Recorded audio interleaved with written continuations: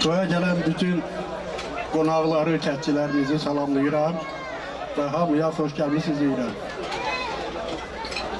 Bəyi də bu gözəl ziyafət məclisiyle təbrik edirəm.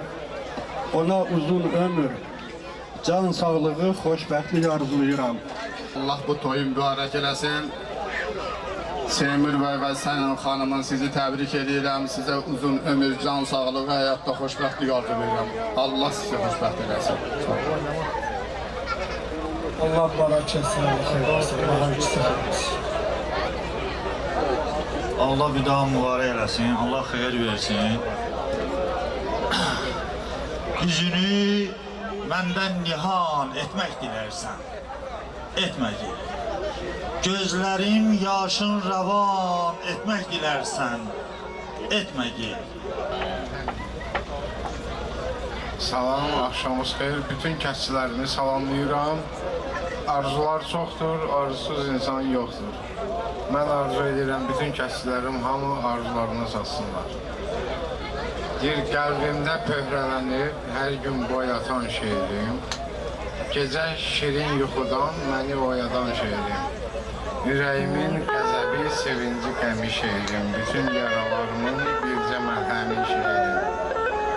Ay gülələmi, nədir mənim istəyim? 45 bir yolluq salon, bir stəkan təmiz su, bir xavər kürsüsü, kürsülərə sığmayan əsl şeirimlər şeirim. Təpədən dırnağa dək silahlı əskər şeirim. Mən sənin qüdrətinlə ayəmir, sənin söz vəkilindən min düşmən bayrağını torpağa saldıraram. Sənin qüdrətinlə mən Dərbəndən Təbrizəcən bütün Azərbaycanı ayağa qaldıraram. Həyatımı verərəm bircə sənin yolunda, sənin özünü isə bu keçilərimin yolunda. Öpürəm, hamınızı təbrik edirəm. İstəyirəm indi bir dənə pərişanım.